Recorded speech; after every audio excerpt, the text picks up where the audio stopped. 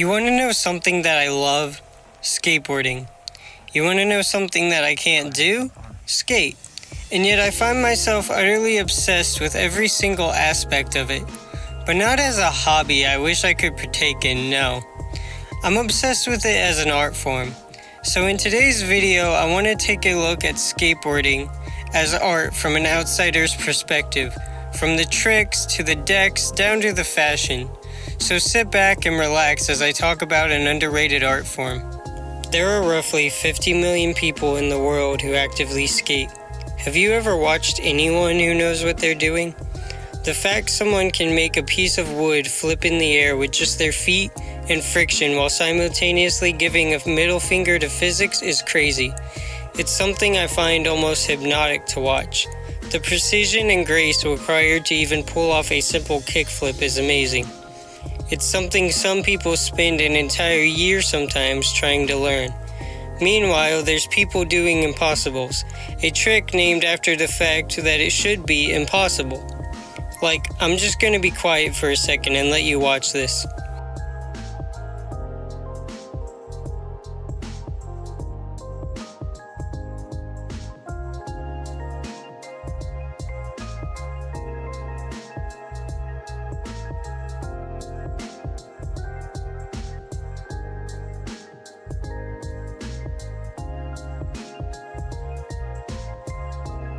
What you just saw is essentially the board doing a backflip while being guided with the skater's foot.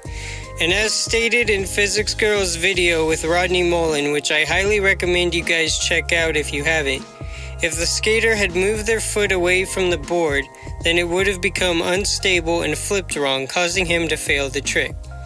And I find this fascinating. The difference between landing a trick and bailing can literally come down to some of the smallest movements that to the average person would seem insignificant. Since the days when skateboarding was just an alternative to surfing, when the water wasn't ideal and the skateboards were flat and lacked grip, skaters have found a way to innovate on the sport, from only cruising down streets and in pools to doing all the tricks and grinds they have at their disposal today.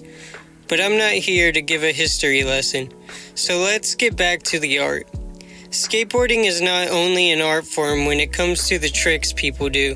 Skateboarding also has its own physical form of art, the board itself and the graphics on them. Another part of skateboarding that is arguably just as important as the tricks and the skating itself is the boards. But I'm not talking about the wood, I'm talking about the graphics. See, back in the 50s when skateboarding was in its infancy, there was no sick art or individuality when it came to the board. Every board was just plain wood with the manufacturer's logo on it. It was simple and it was boring, and that's how it was for years. It wasn't until the 80s, with the rise of rebellious counterculture amongst young adults and teenagers, when we finally started to see graphics appear under the board, mainly inspired by the punk rock wave happening during that time, with skulls, snakes, dragons, and other imagery that was considered edgy at the time. With skateboard graphics, though, there was no parental advisory stickers or ratings board. So once we got to the 90s and 2000s, you saw an influx of controversial boards, most of which I probably couldn't even show here. But there's a lot of crossover with tattoo art and graffiti when it comes to skate graphics, and I just find these styles so cool. Most of you are probably familiar with the Santa Cruz Screaming Hand, as it's been printed on millions of t-shirts, and there's a good chunk of people who wear it without even knowing where it's from. But I'm not here to call anyone out for what they wear. Skateboarding has had its own influences on fashion, but I will get into that. Right now, I just want to highlight some more art. So what I'm going to do now is just show a bunch of really cool skate decks. Now, there are plenty of decks that are pretty traditional as far as art goes, but there's so many that just have this distinct feel to them. There's a reason a lot of people like to hang up skate decks in their house. It's not really something you can find on canvas or as a poster. And nowadays, If you have another interest you'd like to show off, like nature, video games, movies, anime, or animals, I guarantee you there's a deck with a graphic out there for you. Not to mention all the different options for wheel designs and truck colors. Skate art has gotten to such a degree in terms of artistry and recognition that there are entire art galleries dedicated to skateboard graphics. It may seem like something that's pointless at the end of the day, since eventually your board is going to get worn down and you're going to spend most of your time just looking at the grip tape. But just imagine this.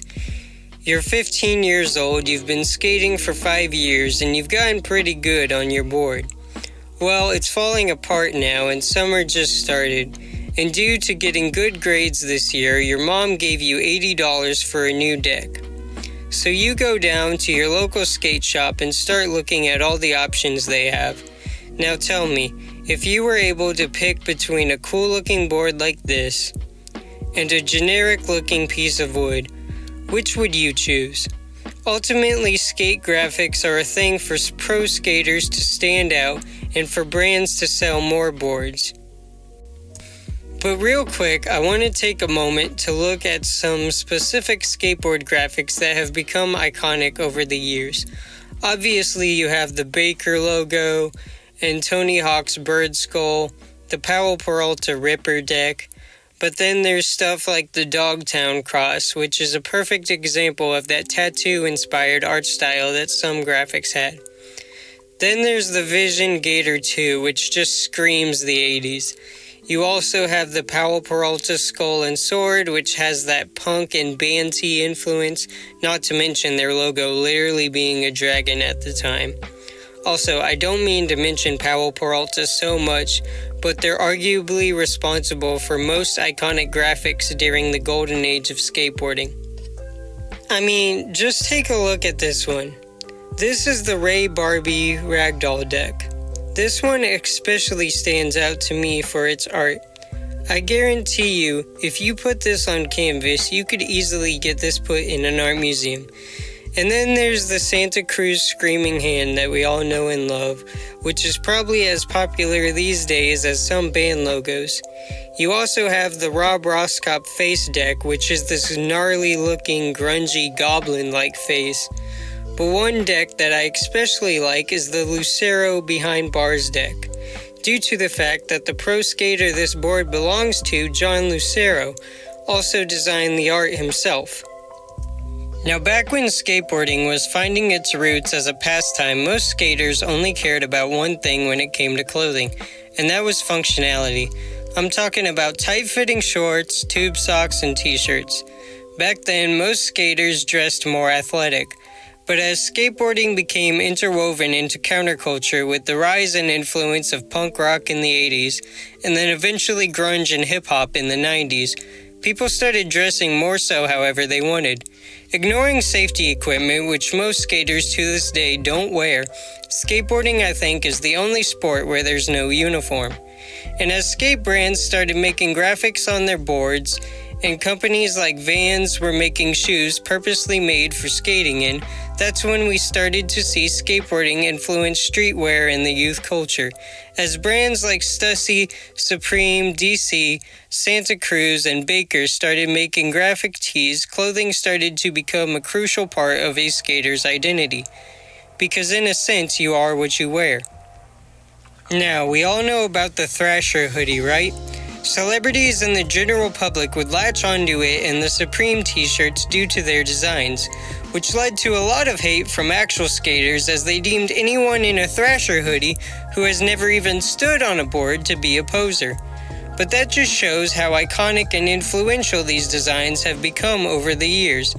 I mean, one of my favorite t-shirt designs of all time that I wish I could own one of these days is the Enjoy Cat Collage tee. I don't even like cats that much, but this t-shirt is just so goofy and I love it. It's actually skateboarding that played a huge part in graphic tees even becoming a style beyond just band tees. So if you have a t-shirt in your closet with a cool graphic, you kinda have skating to thank for that.